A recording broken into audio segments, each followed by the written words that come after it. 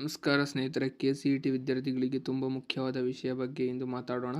ಎರಡನೇ ಸುತ್ತಿನ option entry ಯಾವ ವಿದ್ಯಾರ್ಥಿಗಳು ಮಾಡಬೇಕು, ಯಾರು ಮಾಡಬಾರದು, ಮೊದಲ ಸುತ್ತಿನಲ್ಲಿ ಸೀಟ್ ಸಿಕ್ಕಿದರೂ ಮತ್ತೆ ಆಪ್ಷನ್ ಎಂಟ್ರಿ ಮಾಡಬಹುದಾ, ಸೀಟ್ ಸಿಗದೇ ಇದ್ದರೆ ಏನು ಮಾಡಬೇಕು, ಮೊದಲನೇ ರೌಂಡ್ನಲ್ಲೇ ಸೀಟ್ ಸಿಗದೇ ಇದ್ದವರು ಏನು ಮಾಡಬೇಕು, ಎಲ್ಲ ಪ್ರಶ್ನೆಗಳಿಗೆ ಸರಳ ಕನ್ನಡದಲ್ಲಿ ಉತ್ತರ ನೀಡುತ್ತೇನೆ. ಆದ್ದರಿಂದ ಈ ವಿಡಿಯೋವನ್ನು ಕೊನೆಯವರೆಗೂ ನೋಡಿ. ವಿಡಿಯೋ ಶುರು ಮಾಡೋಕ್ಕಿಂತ ಮುಂಚೆ ನೀವು ಇನ್ನೂ ನಮ್ಮ ಚಾನಲ್ಗೆ ಸಬ್ಸ್ಕ್ರೈಬ್ ಮಾಡಿಲ್ಲ ಅಂದರೆ ಸಬ್ಸ್ಕ್ರೈಬ್ ಮಾಡಿ.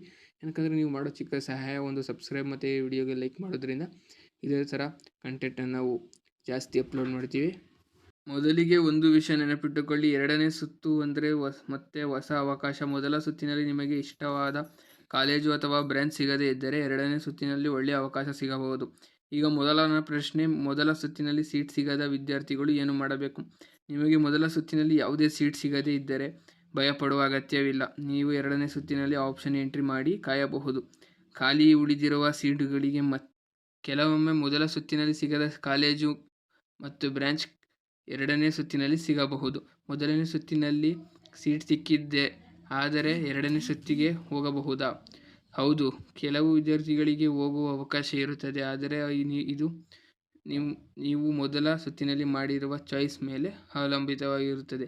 ಚಾಯ್ಸ್ 1 ಕ್ಲಿಕ್ ಮಾಡಿದರೆ ಅಡ್ಮಿಷನ್ ಆಗಬೇಕು. ಚಾಯ್ಸ್ 2 ಕ್ಲಿಕ್ ಮಾಡಿದರೆ ಸಿಕ್ಕಿರೋ ಕಾಲೇಜ್ನ ಹೋಲ್ಡ್ ಮಾಡ್ಕೊಂಡು ಎರಡನೇ ರೌಂಡಿಗೆ ಬರ್ಬೋದು. ಚಾಯ್ಸ್ 3 ಕ್ಲಿಕ್ ಮಾಡಿದರೆ ನನಗೆ ಮೊದಲನೇ ರೌಂಡಲ್ಲಿ ಸಿಕ್ಕಿರೋ ಕಾಲೇಜ್ ಇಷ್ಟ ಇಲ್ಲ ಅಂದ್ಬಿಟ್ಟು ಅದ್ರ ಕೆಳಗಡೆ ಡಿಲೀಟ್ ಆಯ್ತದೆ.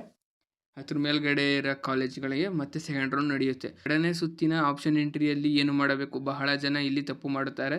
ನಿಮಗೆ ಬೇಕಾದ ಕಾಲೇಜುಗಳನ್ನು ಮೇಲ್ಭಾಗದಲ್ಲಿ ಇಡಿ, ಕಾಲೇಜನ್ನು ಆರ್ಡರ್ ವೈಸ್ ಅದರ ಕೆಳಗಡೆ ಹಾಕಿ, ಕೊನೆಯಲ್ಲಿ ಸುರಕ್ಷಿತವಾಗಿ ಸಿಗುವ ಕಾಲೇಜುಗಳನ್ನು ಹಾಕಿ. ಒಂದೇ ಒಂದು ಕಾಲೇಜ್ ಹಾಕಿ ಬಿಡಬೇಡಿ. ಸಾಧ್ಯವಾದಷ್ಟು ಹೆಚ್ಚು ಆಯ್ಕೆಗಳು ಇಟ್ಟರೆ ಸೀಟ್ ಸಿಗುವ ಅವಕಾಶ ಹೆಚ್ಚಾಗುತ್ತದೆ. ಯಾವ ತಪ್ಪು ಮಾಡಬಾರದು. ಕೆಲವರು ನನಗೆ ಈ ಒಂದು ಕಾಲೇಜು ಮಾತ್ರ ಬೇಕು ಅಂತ ಒಂದೇ ಕಾಲೇಜ್ ಹಾಕ್ತಾರೆ, ನಂತರ ಸೀಟ್ ಸಿಗುವುದಿಲ್ಲ. ಇನ್ನು ಕೆಲವರು ಹಳೆಯ ಆಪ್ಷನ್ ಲಿಸ್ಟನ್ನು ನೋಡದೆ ಹಾಗೆ ಬಿಡ್ತಾರೆ. ಆಪ್ಷನ್ ಎಂಟ್ರಿ ಆದ ಮೇಲೆ ಮತ್ತೊಮ್ಮೆ ಸಂಪೂರ್ಣವಾಗಿ ಚೆಕ್ ಮಾಡಿ. ಎರಡನೇ ಸುತ್ತಿನಲ್ಲಿ ಒಳ್ಳೆಯ ಕಾಲೇಜ್ ಸಿಗುತ್ತದೆಯೇ? ಹೌದು, ಕೆಲವರಿಗೆ ಸಿಗುತ್ತದೆ. ಏಕೆಂದರೆ ಮೊದಲ ಸುತ್ತಿನಲ್ಲಿ ಕೆಲವು ವಿದ್ಯಾರ್ಥಿಗಳು ಸೀಟ್ ಬಿಟ್ಟು ಹೋಗಿರುತ್ತಾರೆ, ಕೆಲವರು ಬೇರೆ ಕಾಲೇಜಿಗೆ ಸೇರಿರುತ್ತಾರೆ, ಕೆಲವರು ಅಡ್ಮಿಷನ್ ತೆಗೆದುಕೊಳ್ಳುವುದೇ ಇಲ್ಲ. ಆಗ ಆ ಸೀಟು ಖಾಲಿಯಾಗುತ್ತವೆ. ಆ ಖಾಲಿ ಸೀಟುಗಳಿಗೆ ಎರಡನೇ ಸುತ್ತಿನಲ್ಲಿ ಅವಕಾಶ ಸಿಗುತ್ತದೆ. ಯಾರಿಗೆ ಹೆಚ್ಚು ಲಾಭ? ಮೊದಲ ಸುತ್ತಿನಲ್ಲಿ ಸೀಟ್ ಸಿಗದವರು, ಸಿಕ್ಕಿರುವ ಬ್ರಾಂಚ್ ಇಷ್ಟವಾಗದವರು, ಇನ್ನೂ ಒಳ್ಳೆಯ ಕಾಲೇಜ್ ಬೇಕು ಎಂದು ಕಾಯ್ತಿರುವವರು, ತಮ್ಮ ರ್ಯಾಂಕಿಂಗ್ಗೆ ಇನ್ನೂ ಉತ್ತಮ ಅವಕಾಶ ಇದೆ ಎಂದು ಭಾವಿಸಿರುವವರು. ಯಾರಿಗೆ ಜಾಗ್ರತೆ ಇರಬೇಕು? ಯಾವುದೇ ನಿಯಮ ತಿಳಿದೇ ಆಪ್ಷನ್ ಬದಲಾಯಿಸಬೇಡಿ. KA ಪ್ರಕಟಿಸುವ ಅಧಿಕೃತ ಸೂಚನೆಯನ್ನು ಓದಿ ನಂತರವೇ ನಿರ್ಧಾರ ಮಾಡಿ. ಸ್ನೇಹಿತರ ಮಾತು ಕೇಳಿ ಆಪ್ಷನ್ ಹಾಕಬೇಡಿ. ನಿಮ್ಮ ರ್ಯಾಂಕಿಂಗ್ಗೆ, ನಿಮ್ಮ ಕ್ಯಾಟಗರಿ ಮತ್ತು ಹಿಂದಿನ ವರ್ಷದ ಕಟ್ ಆಫ್ ನೋಡಿ ನಿರ್ಧಾರ ಮಾಡಿ. ಕೊನೆಯ ಸಲಹೆ, ಎರಡನೇ ಸುತ್ತು ಅಂದರೆ ಕೊನೆಯ ಅವಕಾಶ ಅಲ್ಲ, ಆದರೆ ಇದು ತುಂಬ ಮುಖ್ಯವಾದ ಅವಕಾಶ. ಆದ್ದರಿಂದ ಆಪ್ಷನ್ ಎಂಟ್ರಿ ಮಾಡುವಾಗ ಆತುರ ಬೇಡ. ಪ್ರತಿಯೊಂದು ಕಾಲೇಜು, ಪ್ರತಿಯೊಂದು ಬ್ರ್ಯಾಂಚನ್ನು ಚೆನ್ನಾಗಿ ಪರಿಶೀಲಿಸಿ ನಿಮಗೆ ಯಾವ ಕಾಲೇಜು ಸಿಗುವ ಸಾಧ್ಯತೆ ಇದೆ ಎಂದು ನೋಡಿ ನಂತರ ಫೈನಲ್ ಸಬ್ಮಿಟ್ ಮಾಡಿ. KA ವೇಳಾಪಟ್ಟಿಯನ್ನು ಪ್ರತಿದಿನ ಗಮನಿಸಿ. ಆಪ್ಷನ್ ಎಂಟ್ರಿ ದಿನಾಂಕ ಬಂದ ತಕ್ಷಣವೇ ಕೊನೆಯ ದಿನದವರೆಗೂ ಕಾಯದೆ ನಿಮ್ಮ ಆಯ್ಕೆಗಳನ್ನು ಪೂರ್ಣಗೊಳಿಸಿ.